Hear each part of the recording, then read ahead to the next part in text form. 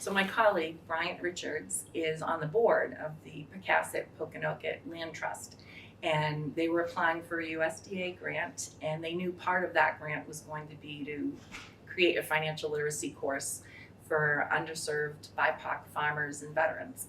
So he came to me knowing that I teach personal finance and I've done some work with Abby's House and Swiss Turn, and said, you would be the perfect person to do this.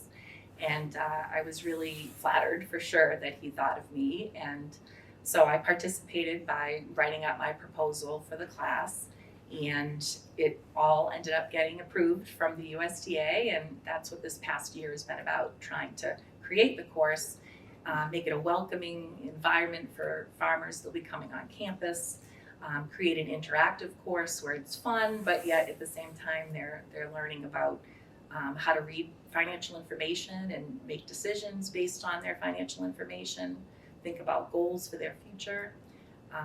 So it all started from my coworker.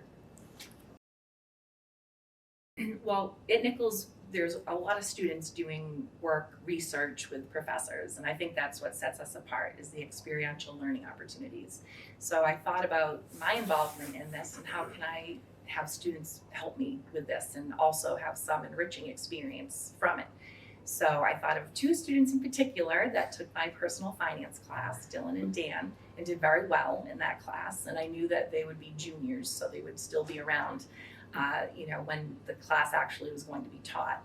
And I thought, they would be great to come in and not only be a TA for the class, have another resource besides me for the farmers, because we could have different groups with different types of farms where we could split up and have each one of them help a different group.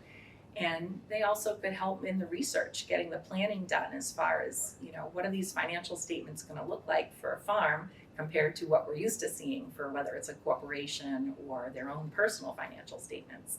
And when I started to put it all together, I reached out to both of them, and they were really excited about the opportunity. They didn't really know, how it was going to all play out, as did I. So we're kind of, making our way through the first semester, and they've been great. They've been excited and enthusiastic about it, and learning what the farming industry is like, and the hardships that they have, and creating assignments for them that we'll be able to show them how to create statements from a fictional company, and then we'll learn to apply it to their own company, to their own business. So from my perspective, I know that we have a wonderful opportunity to teach this very diverse group of people their financial statements, such as the balance sheet, operating cash flow, income statement. It's just a great way that we can use my knowledge, their knowledge on the farm, kind of come together really as a team, work together so we can understand our viewpoints a little bit better.